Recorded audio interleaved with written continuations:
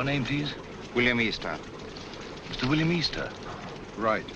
Your passport, please. Do I have to go through this rigmarole every time? Regulations, sir. Beastly nuisance, I call it.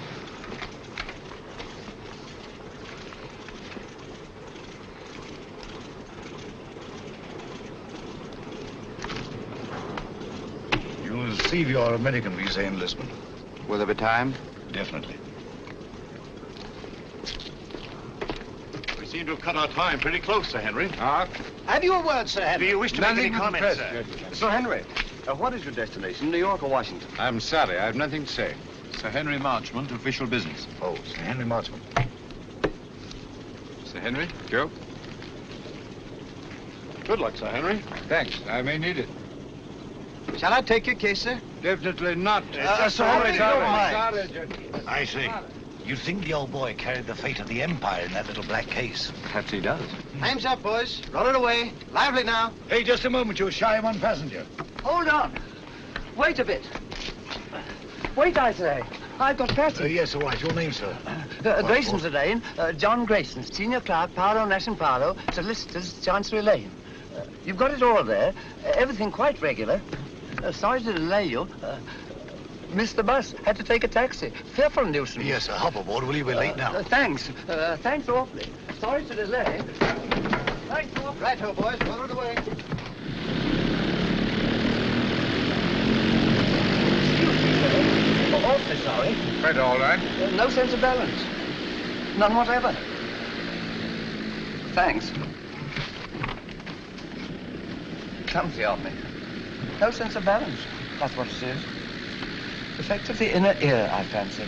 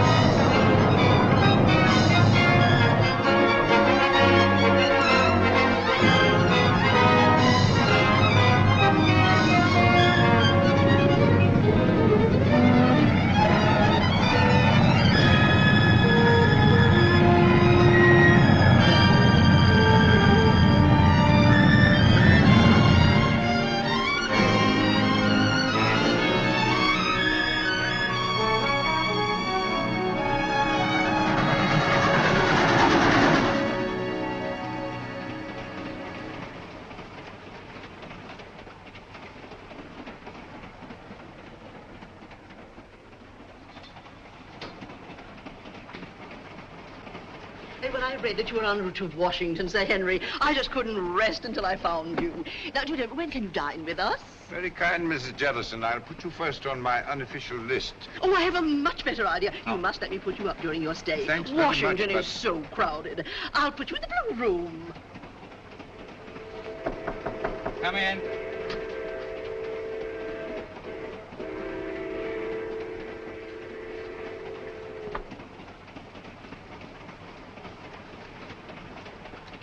Thank you, sir.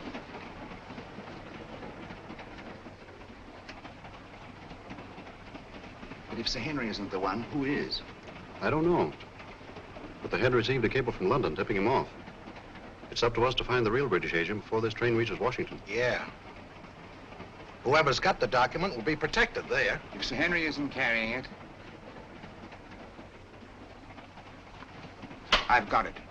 Besides Sir Henry and myself, only one man has come all the way from London. A chap called Grayson, John Grayson. Well, then Grayson's our man. Grayson's carrying the document, while Sir Henry's being used as a decoy. It's so old, it's new.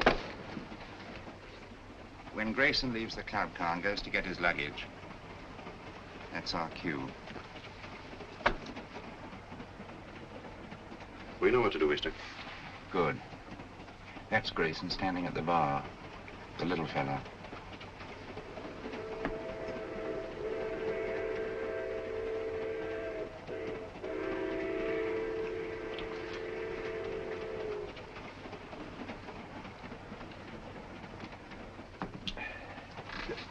Excuse me, sir. Don't give it a thought, brother. I'm in politics. I'm used to hard knocks. I'm Henry Babcock, Senator Babcock. How do you do? John Grayson. Sit down, Grayson. Have a glass of grape juice from my home state. Used to know a man named Grayson, mighty fine man. He was murdered.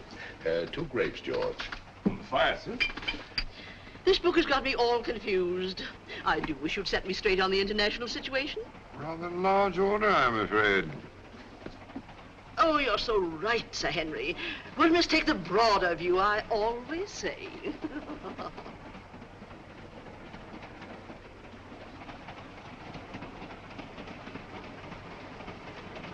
Another grape juice, Grayson. You can't have too many vitamins, I always say. Thanks, Senator. But if you don't mind, I'll have a whiskey and soda. Why, sure. George, bring him over, will you? Yes. Let's get a chair. I was built for comfort.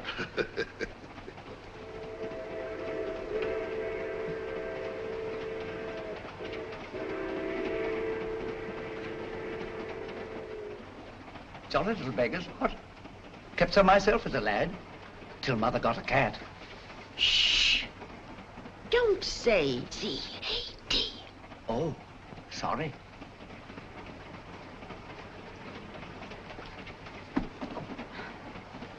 Permit me, ma'am. Oh, thank you. Very kind, I'm sure. Pardon me, sir. Here we are. Porter, Yes, sir? are we on time? Yes, sir. Be in Washington in 20 minutes.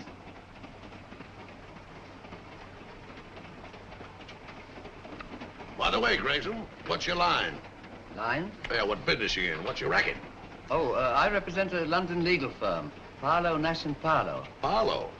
I used to know a man named Paolo. No, it was Marlowe. Couldn't have been the same fella. No, I suppose not.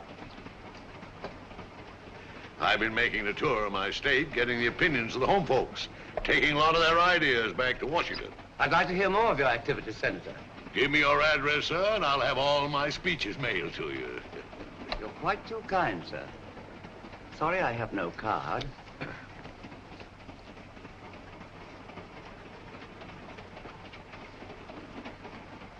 Oh, Porter. Yes, miss? Permit me.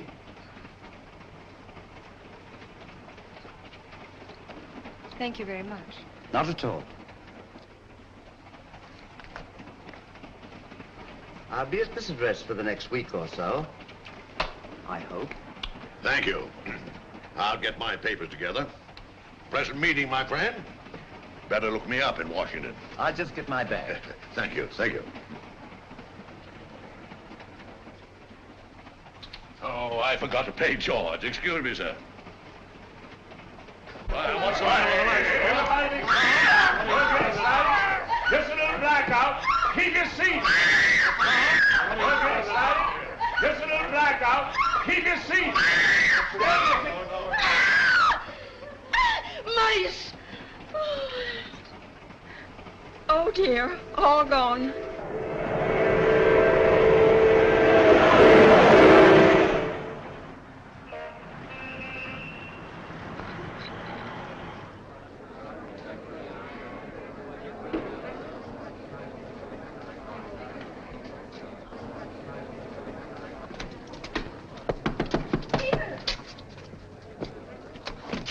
Nancy, darling.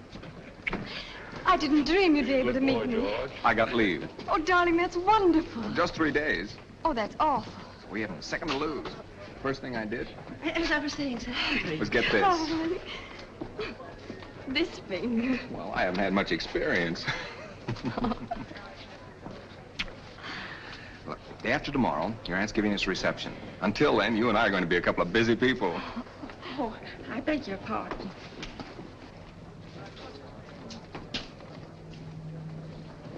Goodbye. Who's your boyfriend?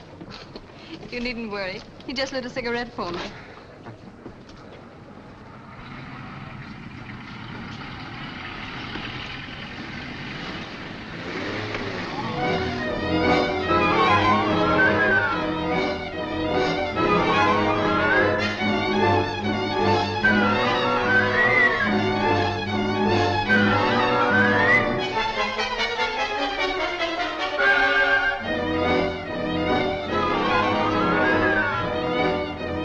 BBC News Bureau, broadcasting from London. At this time, we present our regular morning summary of the news. A British subject has disappeared under curious circumstances. John Grayson, senior clerk in the firm of Parlow, Nash and Parlow, solicitors, Chancery Lane, has not arrived at his firm's representatives in Washington. Foul play is suspected. Deplorable. Simply deplorable. It's the sort of thing that shakes your faith, by Jove. I say, Holmes, shakes your faith in everything. You alarm me, Watson. I've never seen you affected by the news, however startling. Startling, my dear fellow, it's devastating. Seen the scores?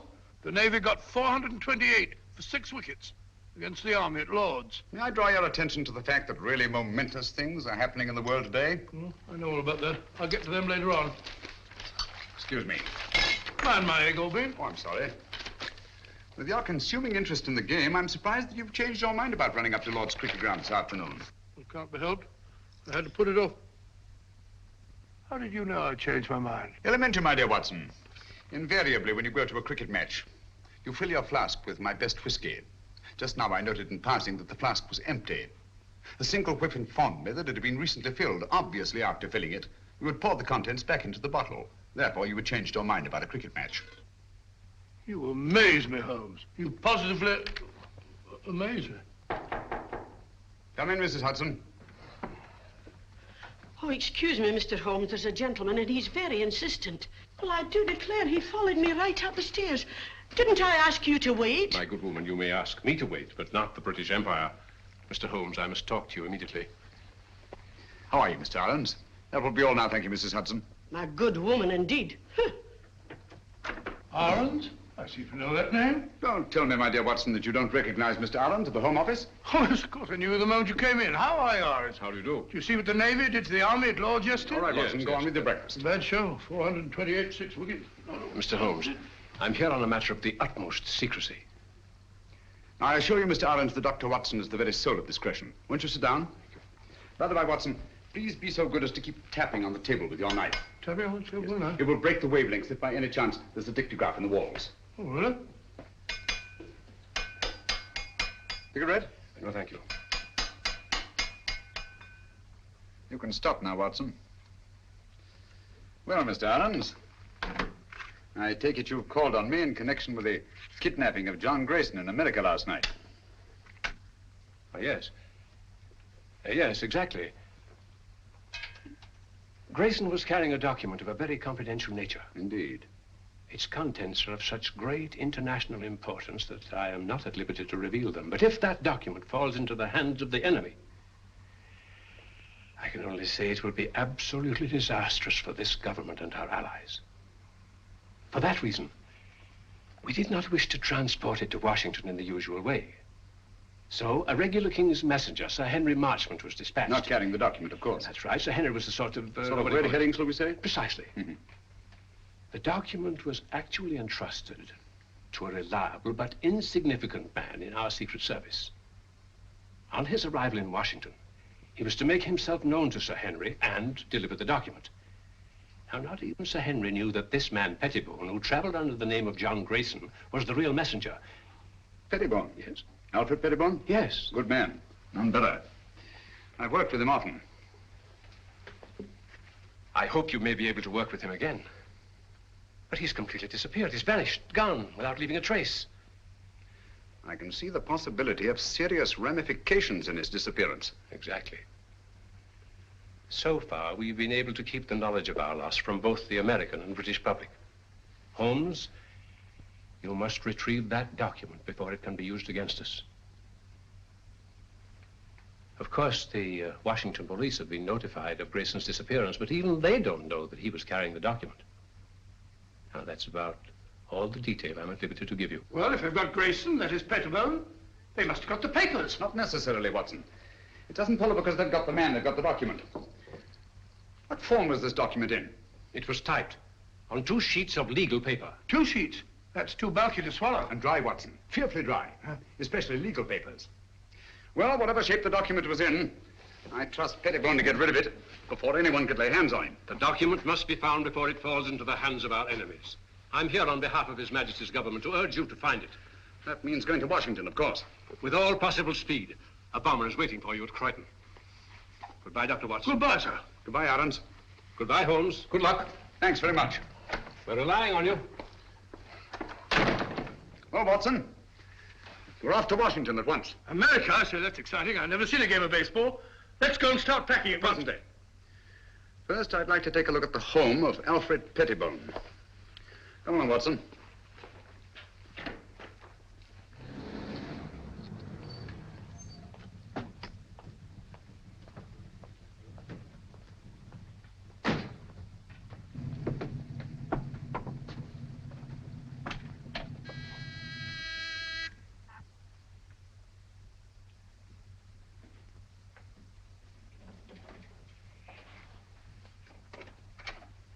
Why, Dr. Watson, what a surprise. And Mr. Holmes, won't you come in? Thank you. I'm frightfully sorry, but you won't find my son in. He's gone to Washington. Some business or other. Poor fellow, I'm afraid that he'll never get used to the climate over there. Would you mind if we looked over your son's room? Why, of course. It's upstairs. Thank you. Some friends told me it's very, very muggy, very sticky. So I had a letter from Philadelphia the other day. You'll find his room in a dreadful pickle, Mr. Holmes. Quite miffed he is. If I as much as put my nose inside. As if I cared anything about his silly old collection.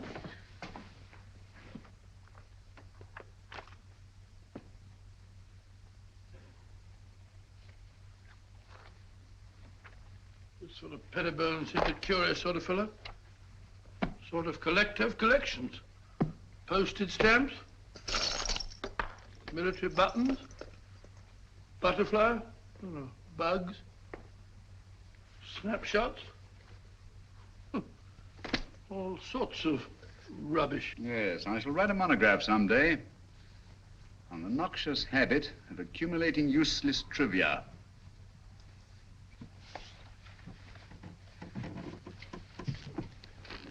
Please be so good as to stop pacing, Watson. You distract me.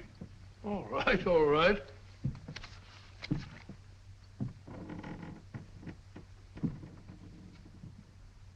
Unless I'm greatly mistaken, our friend Pettibone did not carry 2 pages of legal paper when he left this room. I wouldn't be too sure, Holmes. Ashes are deceptive, you know. On the contrary, my dear Watson, the rag used in our official documents leaves an ash that is unmistakable. Oh, do stop pacing. I'm not pacing. I haven't moved an inch. I'm sorry, old fellow. My error.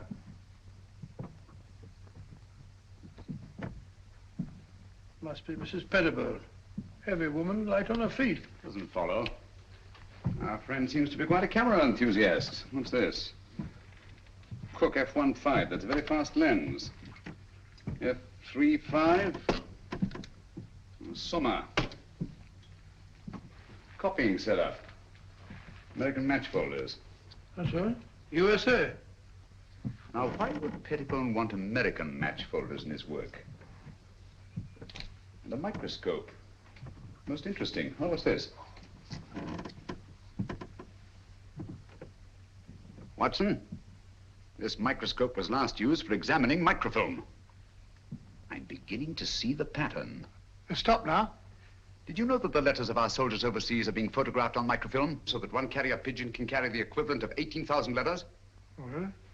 We had a carrier pigeon in the last war. Back in 1915, belonging to the Brigade Signal Corps. Did you? Yeah, the poor bird kept flying round and round in circles all day long. Found out later on that it was cross-eyed. Tragic thing. Hmm. Huh? Because we took... Where are you going? Huh? Oh, dark room, huh? This is what I was looking for. Huh? This projector magnifies tremendously anything placed on the slide, like this piece of microfilm. Understand? I can't say I do exactly, no. Wait a minute.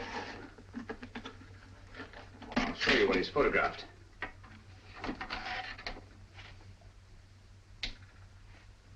Oh, it's a match folder.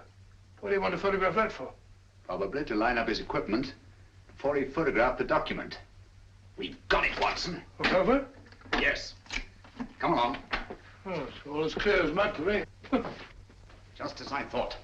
This document has been reduced to microfilm to make its concealment possible. Alfred Pettibone is a most ingenious fellow. A bulky document is obviously difficult to conceal.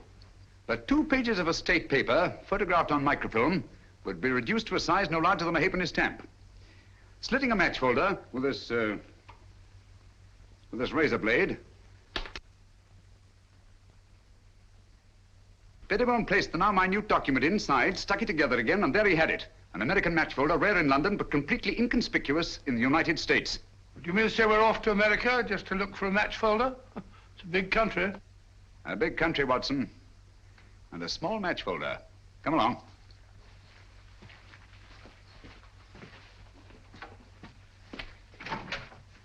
Did you find what you were looking for, Mr. Holmes? Yes, thank you, Mrs. Pettibone. By you haven't been up on the roof in the last 20 minutes, have you? Why, no. What made you think... Well, we distinctly heard footsteps. Nonsense, Watson. It was the house settling. Gracious, yes. Such popping and groaning. We're quite used to it. Thank you. Goodbye, Mr. Holmes. Goodbye, Mrs. Pettibone. Goodbye, Dr. Watson. Goodbye. So sorry you missed Alfred. I'll tell him the minute he gets back. Gets back? Oh, yes, of course. Well, goodbye again, Mrs. Pettibone. Just a minute, Watson.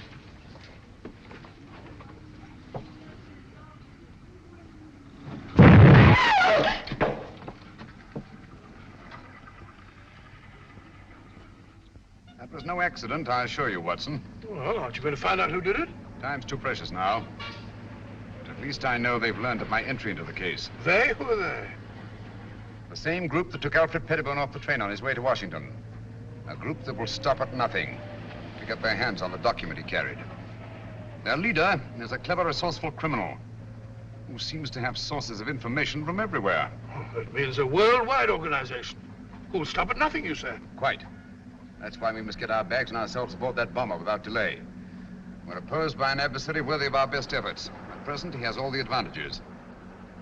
Even that of being only a merciless, nameless shadow. Think of it, Watson. In a few hours, we'll be flying out over the Atlantic.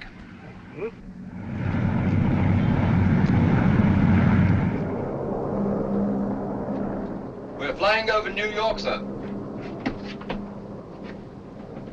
New York, eh? Yes, sir. We've been cleared by radio. Non-stop, Washington.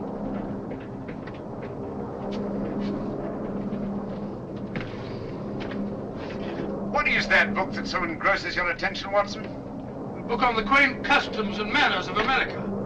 We must be halfway across. I've only got to page 37. For your information, my dear fellow, we are now flying over New York.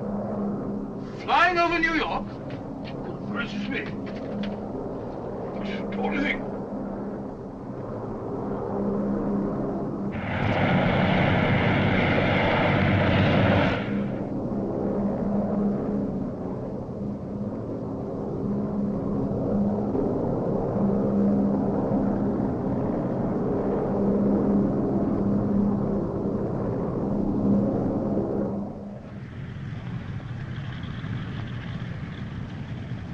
This is the embassy car, Mr. Holmes. You're being very helpful, Mr. Lang. Detective Lieutenant Grogan of the Washington Police.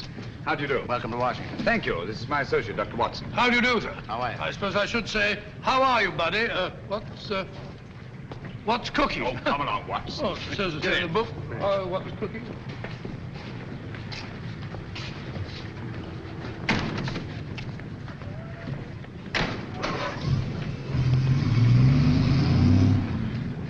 Grogan had charge of investigating the Grayson case for the Washington Police. Any new developments, Grogan? None, Mr. Holmes. We're glad to let you have our complete file. And, of course, we'll cooperate in every way. Thank you. I shall appreciate your help. Especially as I'm unfamiliar with your country. Oh, yes, of course. This is your first visit. Oh, there's the Lincoln Memorial.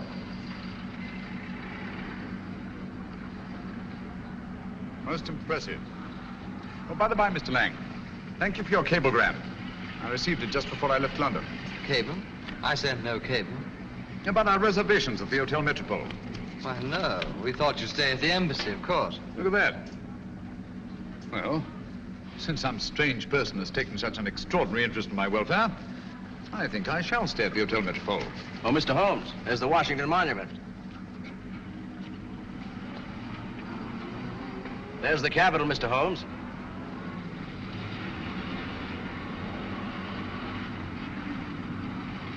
Magnificent.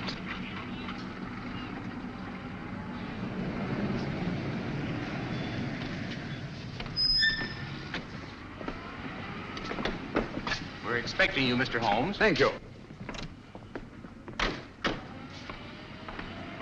I questioned everybody known to have been in that club car, as a matter of course.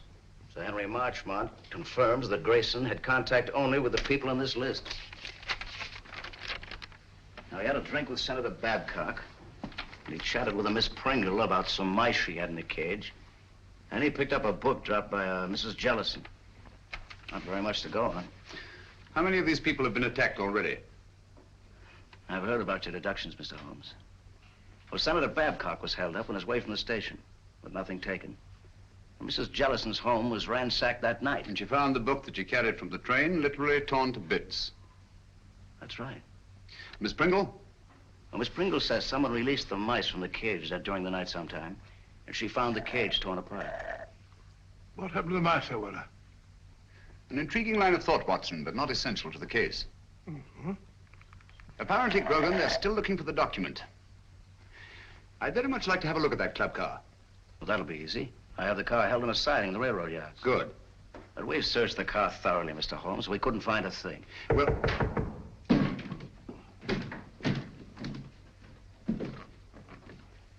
What are you doing? What's this? Mr. Holmes, your trunk. Trunk? I have no trunk.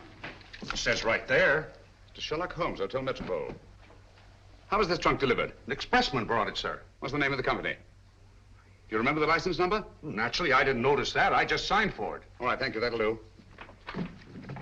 Well, this trunk's not locked.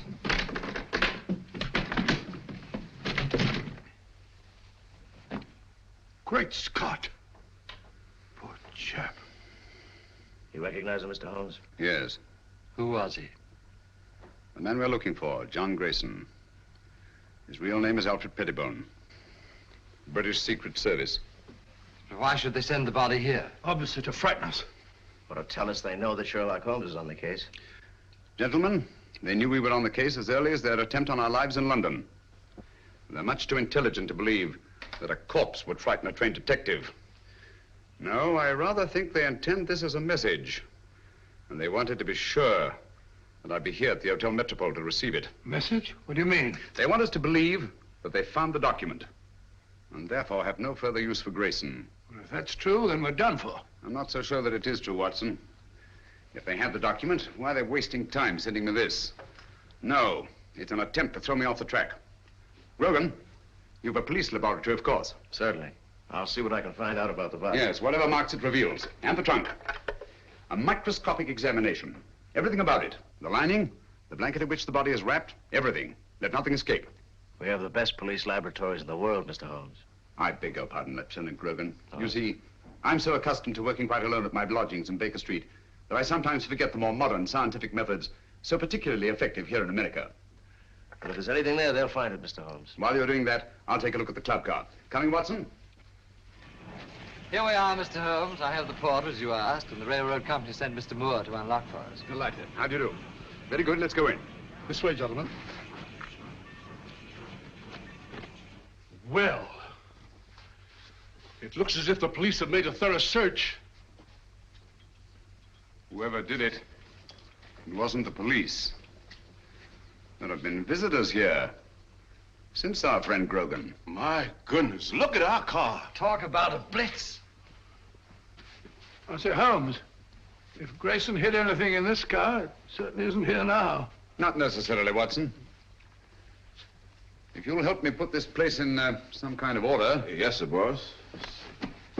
This would go about here, I imagine. That's it, boss. Yes, and, yes. wait a minute. Oh, yeah, that's certainly more like it. Yes, sir. Thank you. That'll be all. Watson, will you be Mr. Grayson for the moment?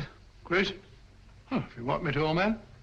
What do you want me to do? You're having a drink at the bar. Oh, drink? Oh, that's not a bad idea. Drink at the bar. Bring me a whiskey and soda, will you, Stuart? Stuart? Sorry, Dr. Watson, but the bar's closed. Oh, says the bar's closed. According to Grogan's reconstruction of the scene, let me see. Yes. Grayson pauses at the bar while Senator Babcock moves across and sits down here. Do you mind being Senator Babcock for the moment, Watson? Oh, going up in the world. Sit down, please. Now, Miss Pringle is seated there. Over there, Watson. Hmm?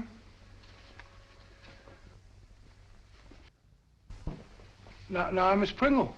That's right, the mouse woman. Oh, the mouse woman. Watson, over here, please. No, not there. Not there. That's Senator Babcock. Oh, pardon me, Senator. Sit down, please. Now you're Mrs. Jellison. Oh, excuse me, Mr. Holmes. He ain't Mrs. Jellison. He's the young lady. What? Sir Henry Marchmont was sitting right here, and Miss Jellison was right here. She's a sort of a big, fat lady. What did Grayson do that attracted your attention so particularly to Mrs. Jellison? The little man, he retrieved her book. And the young lady sitting here, didn't she converse with the little man? No, sir. That young lady didn't have no converse with no one. When the little man lit her cigarette, she ran back and said, "Thank you very much." But you have matches here for your customers. Oh, yes, she called me, and I saw a cigarette, and I knew she wanted a match. And Grayson used one of his own matches? Dog it. Oh, yes, he took a folder from his coat pocket.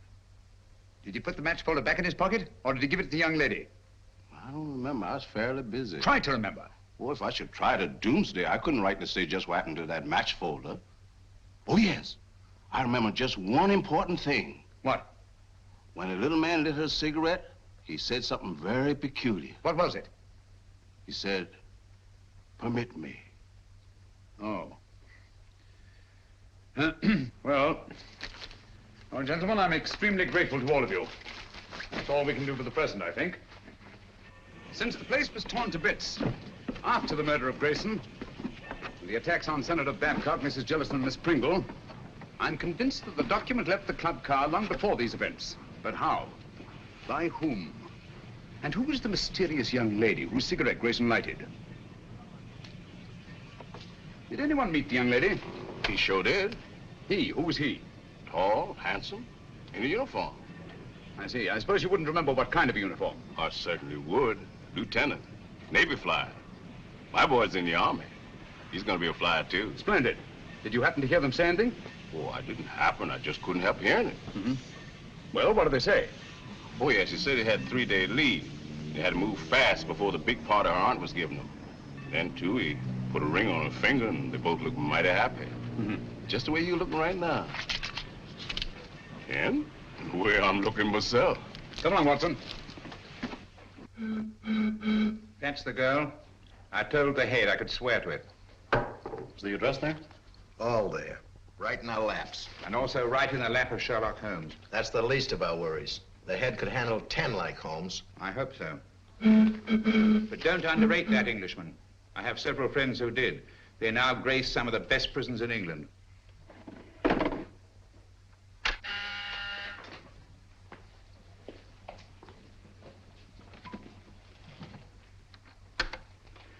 Yes, sir? I talked to the catering company. It's quite all right. They could hardly refuse me. It's the Acton Company. The Acton Catering Company. Yes, sir. I know what to do.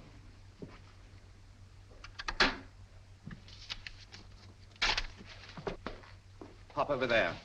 You're going to work for the catering company. Right. When you get in the house, find out all you can. Katie. Yes? You're to go as a guest. Will it be safe? It'll have to be. I'll try and get in the girls' room. Unless you hear from me, carry on as we planned. Flash Gordon. Seems a very capable fellow. Sports pages. These Brooklyn fellows seem to be arguing with the umpire. Story thing. What are you eating, Watson? Gum? Oh. Put it away.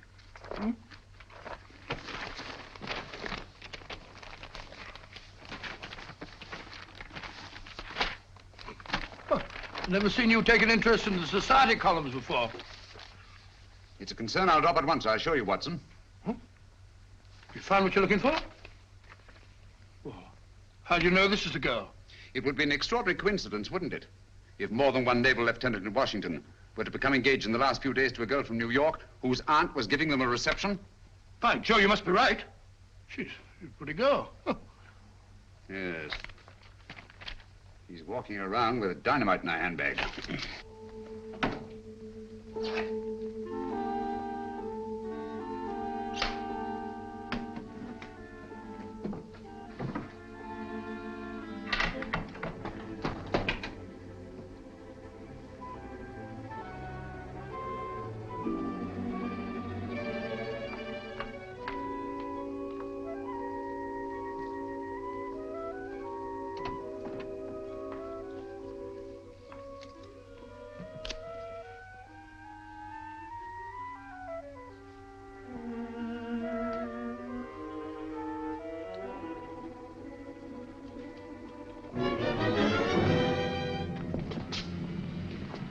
.625 Wardlaw Place.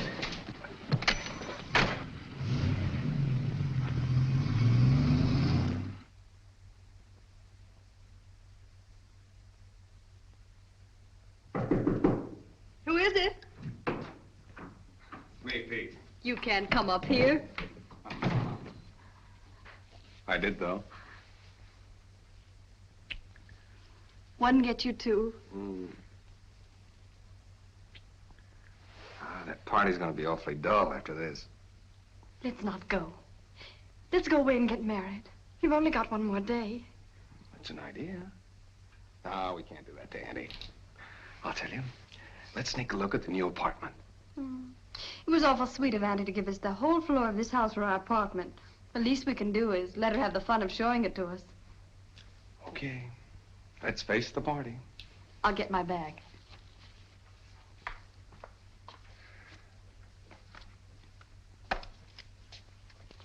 Thank you.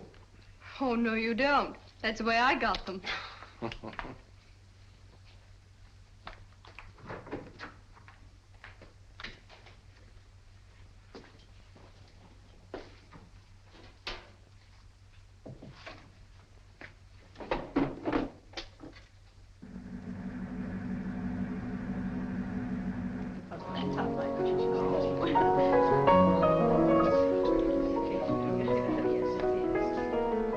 How do you do? So glad you could come.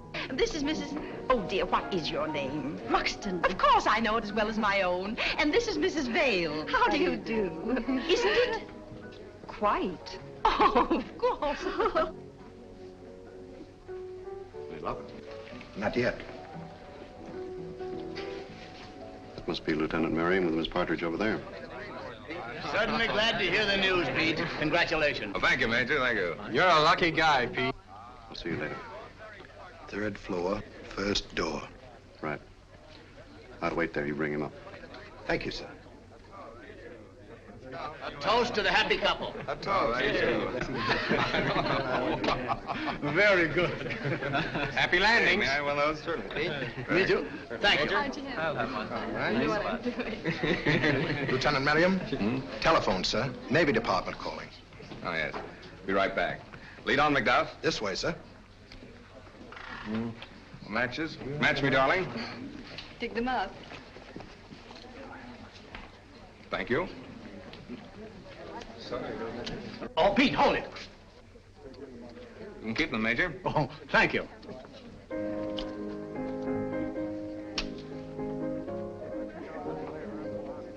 Thank you. Not for me, thank you. No, thank you. Why up here? They said it was private. There's a phone in here, sir. Hey, it's my new apartment. Miss Partridge didn't want me to see it till after it was finished. Here you are, sir. Quite a smell of paint, sir. In here, sir. Thank you.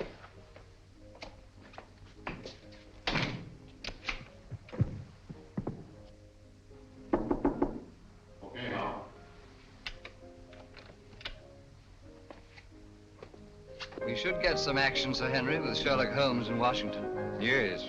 I don't mind telling you I'd give anything to get my hands on that document. Yes, I know. Or at least know that it's in safe hands. Thanks. Engaged today and married tomorrow. No, thanks. Have you a match? Miss Partridge? Yes? Lieutenant Merriam asked if you would come to the new apartment. But he's not supposed to see it yet. The new apartment. He must think you're already married. Yes, I don't dare let that man out of my sight. Excuse me, will you please? Surely. Oh, I'm so sorry. May I? Thank you.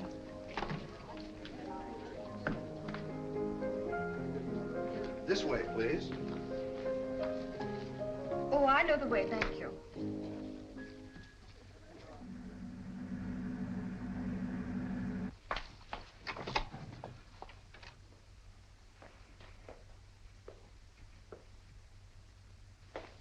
Peter, where are you?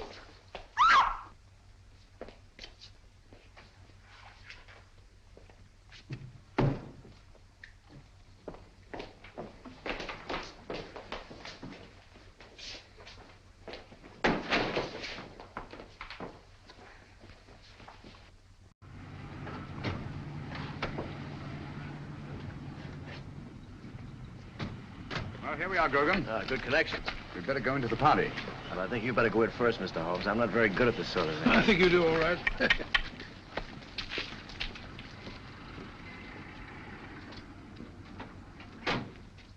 The only possible explanation. Mrs. Partridge, forgive my intruding, but is your niece the kind of girl who would just disappear in this manner of her own free will? Well, ordinarily, of course not. But the girl's in love. In love? Well, of course, if they're in love, that's... Even so, they'd naturally tell you of their destination. Really, I've no idea. Oh, but they'll be back here again tomorrow. You see, I prepared an apartment for them. An entire floor in this house. By the by, Mrs. Partridge, I gather the rug you ordered for the apartment was not entirely satisfactory. Oh, those tiresome workmen. I told them not to come in here this afternoon, but they did. And walked out with the rug, which they no doubt informed you had been sent by mistake and would be replaced tomorrow. Yes, but however did you know that? Show me the apartment. Yes, there were two rugs there. One for the living room and one for the dining room. All your workmen wear rubber-soled shoes, do they not? Oh, yes, always. Their company requires them to. Nevertheless, there have been leather heels on this floor. And a woman's heels. Very recently, I should say. Not yours, Mrs. Partridge. But recently enough, so that no dust has had time to settle in the imprints. Stay over there, please.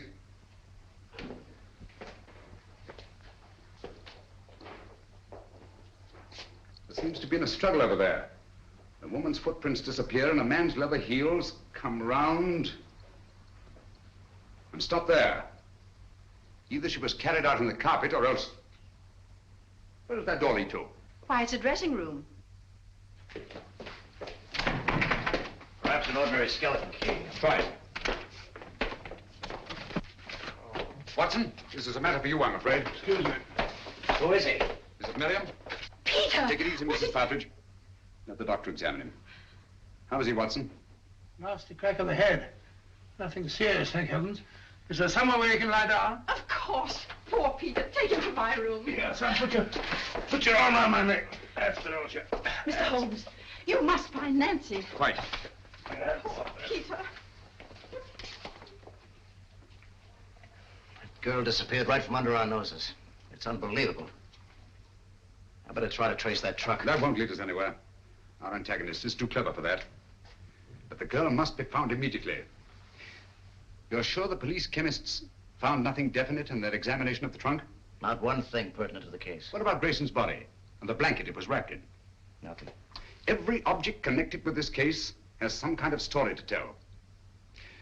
Do you think they'd mind if... The laboratory is completely at your disposal, Mr. Thank you. Dr. Watson and I will go there at once. Usual findings on the trunk, Mr. Holmes. Bought in Washington, been banged about a good deal. All labels removed. And the body? No marks of any kind. Very well. If you need me, call. Thank you.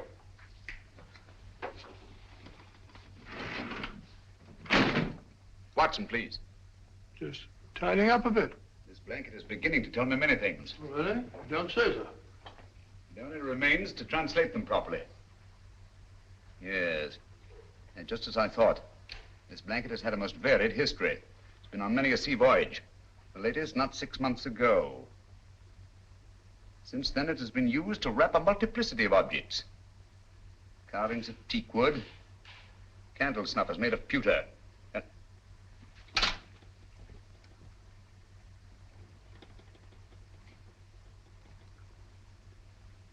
And furniture. Furniture? Yes.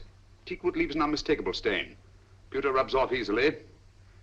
And there are evidences of wax drippings. But what particularly concerns us, Watson, is the furniture. Most likely a chair. Louis the 15th.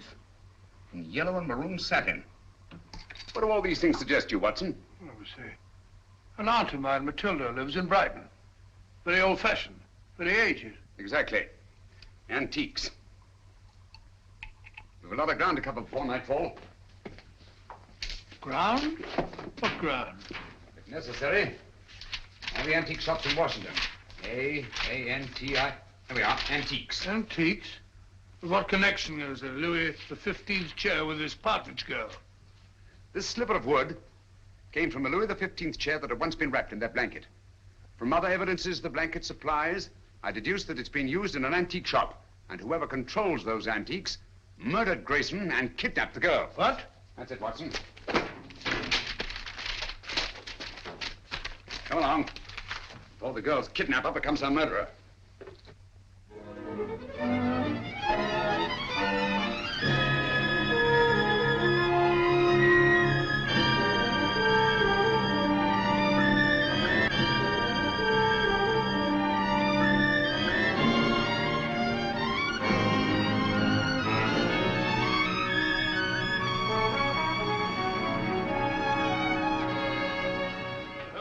Fed up with all this shopping for antiques.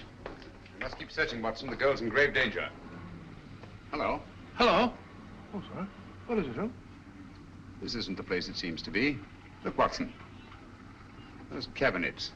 Obviously imitation, and yet they're priced as if they were authentic. Buyer beware and all that, eh, Holmes? Watson, I feel certain this is it. This is my purse. May I? Thank you.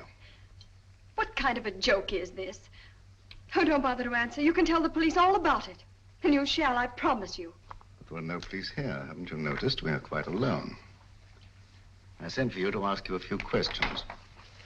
You always send a rug for your guests. It was a very nice rug, Miss Partridge. It's not my idea of a method of transportation.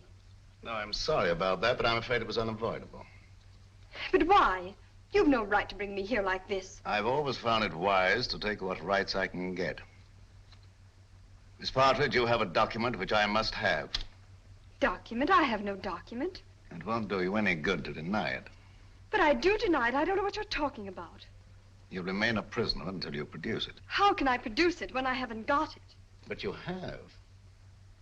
It was observed that on the train you had contact with a little British agent named Grayson. He gave you something. Where is it? But I hardly even noticed the man. I wouldn't even have remembered him if I hadn't seen his picture in the paper. He disappeared or something. He's dead, Miss Partridge. Oh. Now, will you tell me what I want to know? But I can't. You won't? I can't, I tell you. Let me out of here. He gave me nothing. That's strange, because I know he spoke to you. There's something very curious about that door up there. To open it, you'll have to know the combination. But I tell you, I spoke to no one on that train. Now, didn't the little man try to be attentive to you? Oh, he may have offered the usual courtesies. I don't even remember. I see. I'm sorry. Aren't you spoke one of these? Thank you. And you're quite sure he said nothing at all to you? Of course I'm sure. Permit me.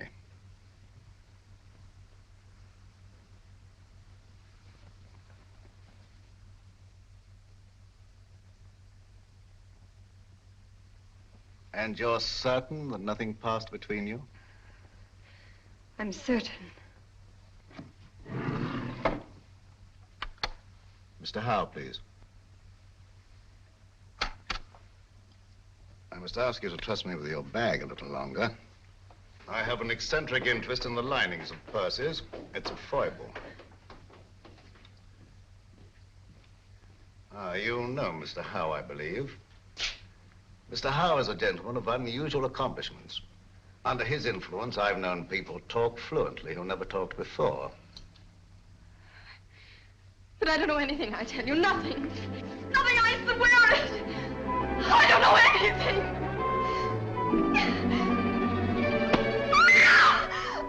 You stay out here. I'll go inside. I'll assume the character of an eccentric art collector. As soon as I'm convinced that this is the place we're looking for, I'll signal to you. And you get Grogan and bring him here on a run. But don't lose any time. An extra second may cost a life.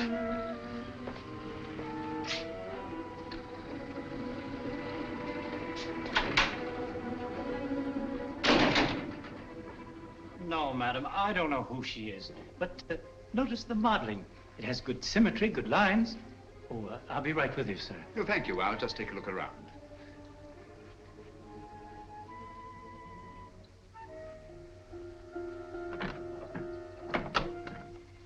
What an extraordinary cabinet. Spanish. Moorish influence. Imitation, of course. It is not an imitation, it's authentic. Oh, come now, my dear man. Ah. May I see some of these ceramics? Those aren't for sale. They're Ming vases mostly, and they haven't been marked yet. Well, that's really a very little consequence. You see, if they're genuine, I can tell to within a shilling what the international price might be. If you please, sir, there are other customers. Oh, yes, of course. Well, I'll just look around. Ah, what a very interesting collection of pewter.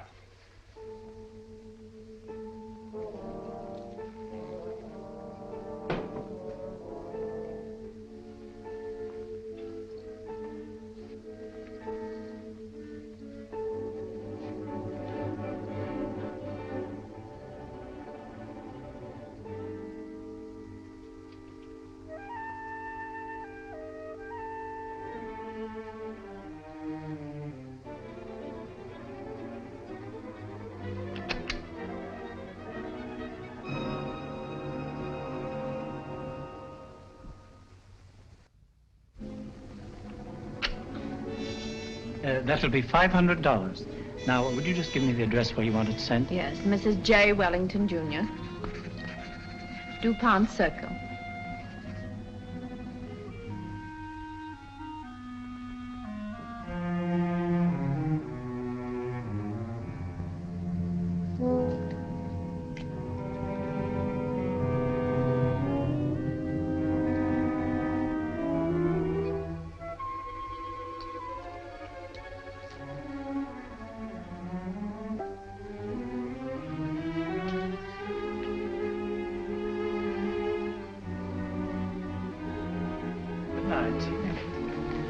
Good night. I'll have it sent out in the morning. Oh, dear. I'm most terribly sorry. You've broken one of our best pieces, sir. Ming Dynasty. Tang Dynasty, not Ming. Definitely not Ming. It is my business to know, sir. The pottery is Ming and worth $2,300. As we're closing for the evening, I must ask you to settle at once. Oh, nonsense, my good man. Tang pottery is worth $600 at best. Just a moment, please. Yes, of course. Hello? What's going on up there? A customer dropped a valuable piece of pottery. I'll finish with him immediately. How can you say that it's Ming? 2,300 fiddlesticks. You ask $2,300 for something that's worth no more than $600. I demand to see the proprietor. Now, wait There a are minute, bureaus for please. the protection of innocent customers. Show me to the owner of this establishment, or I'll turn the entire affair over to my legal representative. Ming, indeed. Just a What minute. chicanery, what skullduggery. I mean to put an end to it this very night. Ming for Tang, indeed. And I won't be put off. Call the proprietor immediately. Very well. Just a minute. Yes? This man's mad. An eccentric collector. I can't get rid of him. Insists on seeing you in person. All right, stall him for half a minute, then send him into my office. I'll get rid of him and quickly. Oh, how? No screams till the customer's gone.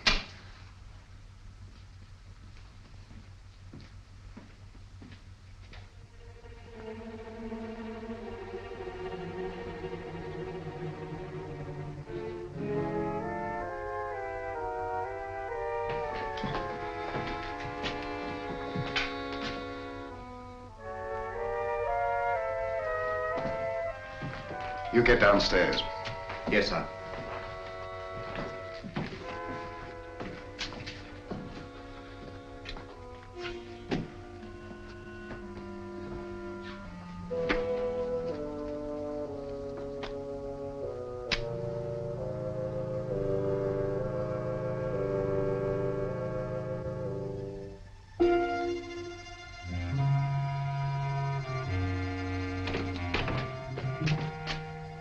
I'm most frightfully sorry. I'm most frightfully sorry about the vase, but really, sir, your clerk is guilty of attempting the most obvious fraud. You see, he tried to convince me that I'd broken a Ming pottery when anyone could see that it belonged to the Tang era. Its value is no more than $600. All right, you pay me the $600. We'll call the matter settled. Oh, thank you very much, sir. Thank you. I'll send you my check in the morning. I see you know the London value of these pieces. It's my business. Exactly. Yes, exactly. You know, I think you're just the man to help me find some furniture I'm anxious to get. I'm most frightfully bored with the usual conglomeration of pieces that we can pick up on the other side. What do you really want, Mr. Sherlock Holmes? Herr Heinrich Henkel, or as you now call yourself, Mr. Richard Stanley. In 1914, secret agent of the German Kaiser. Since then, head of the most insidious international spy ring that ever existed. You're wrong. A case of mistaken identity. I've been a respected member of this community for a great many years. I deal in antiques because of their rarity and beauty. Merely a device to cover up your real business of transporting secret information to the enemies of this country. Very interesting, but just a figment of your imagination. I'm a very busy man, Mr. Sherlock Holmes. Where is Nancy Partridge? You're not looking for that girl. You're looking for a certain document. Oh, dear me, no. The document's perfectly safe. You see, the man who has it doesn't know he has it. That's a very pretty tale, but quite untrue. The only man who had any contact with Grayson on the train was Senator Babcock. The senator doesn't have the document. We took the trouble to find out.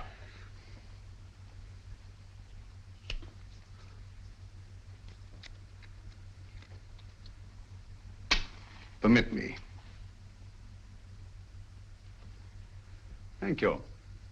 Perhaps you've been misled by the common notion regarding the shape and bulk of state papers. They might easily have been reduced to a convenient size, you know. Say, a document no larger than a postage stamp. Postage stamp, huh? That's a very interesting theory, but not supported by the facts. And quite beside the point. Where's the girl? She's not here, of course, but you're quite at liberty to look round if you care to. Thank you. I shall do so.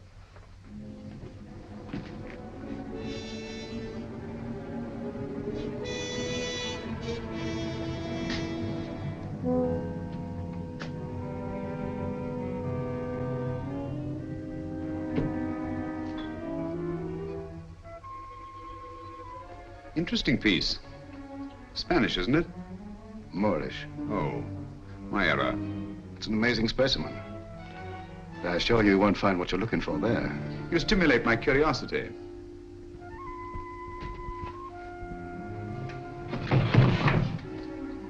This might be interesting.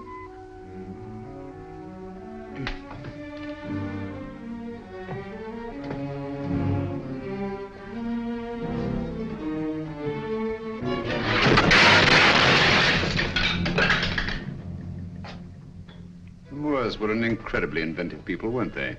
Yes, it was in shocking condition when I got hold of it. But I had it restored. It's very lively now, but old-fashioned. If that's the best you can do, Mr. Stanley, I think I may safely examine the rest of the room. Help yourself. Thank you. Take your hand away from that drawer. Mr. Holmes, you didn't think I was going to draw a weapon. I never touched the things. How odd to find you squeamish.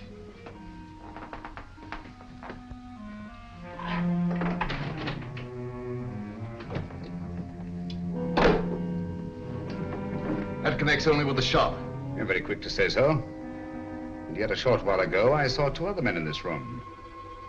And they didn't go back into the shop, so there must be another exit. And perhaps another room. Yes, Mr. Stanley, what is it? Bring Miss Partridge here at once. Excellent, Holmes. I see your voice hasn't lost its flexibility. My hand hasn't lost its cunning either.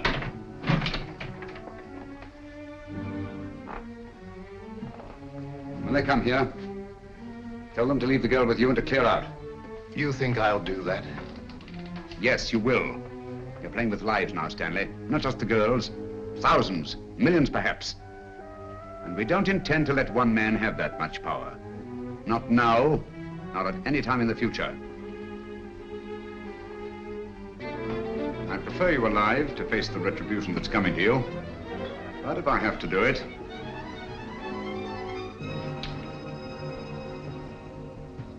All right, Mr. Holmes. I suppose we must all meet our match sooner or later.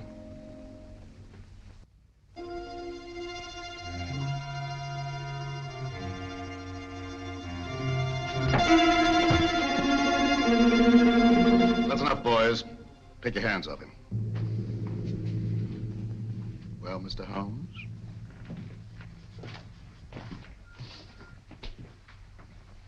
Tell the clerk to go home and see the front door's locked. Well, Mr. Stanley? It's the last trick that counts, eh, Holmes?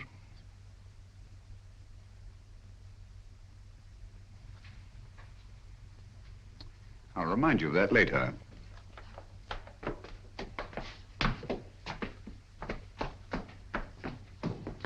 Miss Partridge, allow me to present Mr. Sherlock Holmes, the world-famous detective.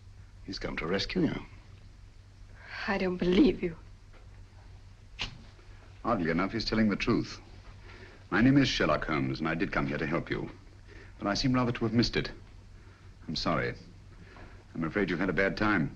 Well, that doesn't matter. It's Peter. They say they'll do something to him if I don't tell them. They say they've got him. Cheer up. He's quite safe. A tough customer like Peter isn't disabled very long by a clout on the head. He's all right. All okay, Mr. Stanley. Look here, Stanley. This girl knows nothing. I promise she won't even identify you. Well, unfortunately, she knows enough to hang us. So do you. I'm surprised at you walking into a trap like this, but you see the position I'm in and what has to be done. Katie, how?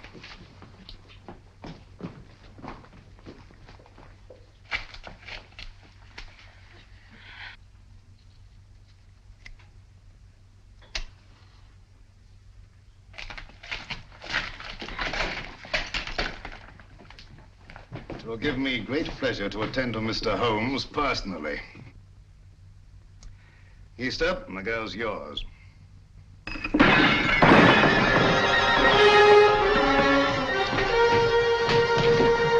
It's the police! Open up, it's the police.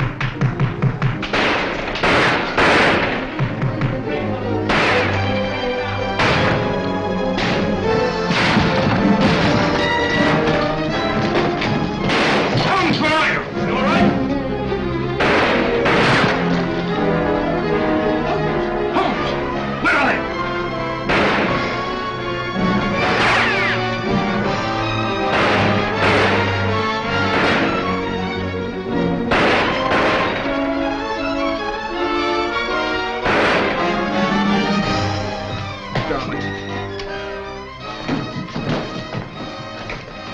Holmes, you're safe.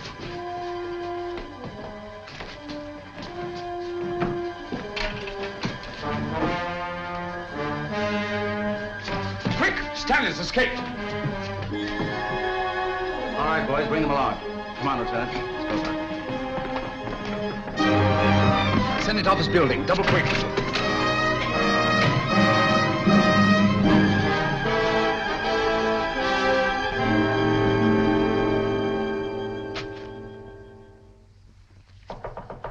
Come in. I'm glad you're safe, Senator. Safe? No man is safe. Look at the way my constituents snipe at me.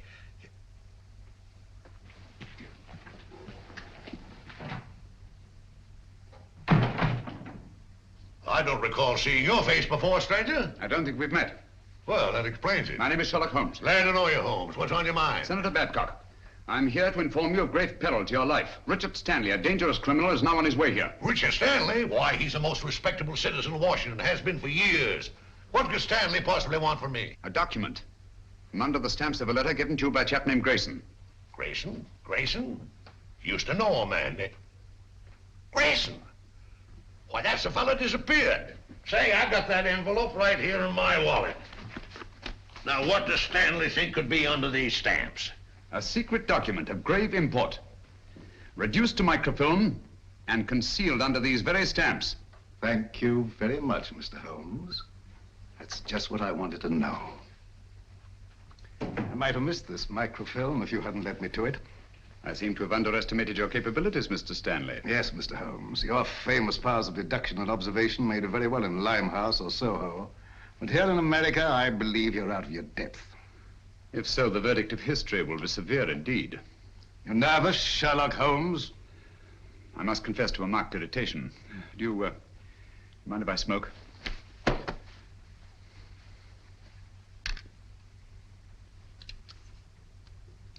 Thank you. The whole course of the world might be changed by your acquisition of the microfilm. Oh, it will be, and for the better. You match. You can keep those. Thank you. And now, if you'll pardon me, Mr. Holmes. Why don't you do something, Holmes, if that thing's so all-fired important? The English senator. Cricket, old boy, always cool in the crisis. The last trick, eh, Holmes? Yes. The last trick. Say, you're a smart fellow, Holmes. Here's the microfilm, Holmes. Thank you, Senator.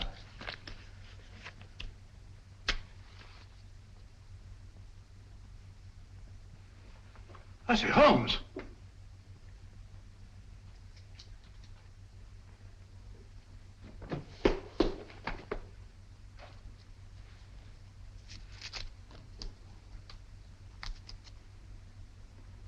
This is the microfilm with the document on it. It'll be in the proper hands within the hour. As I told you, Mr. Stanley, the man who had it didn't know he had it. Come on, let's go. Well, it'll be nice to get home to Baker Street, eh, Holmes? Yes. But this is a great country, Watson. It certainly is, my dear fellow. Look, up there ahead. The Capitol. The very heart of this democracy. Democracy. The only hope for the future, eh, Holmes? It's not given to us to peer into the mysteries of the future. But in the days to come, the British and American people will, for their own safety and for the good of all, walk together in majesty, in justice, and in peace. That's magnificent. I quite agree with you. Not with me, with Mr. Winston Churchill. I was quoting from the speech he made not so long ago, in that very building.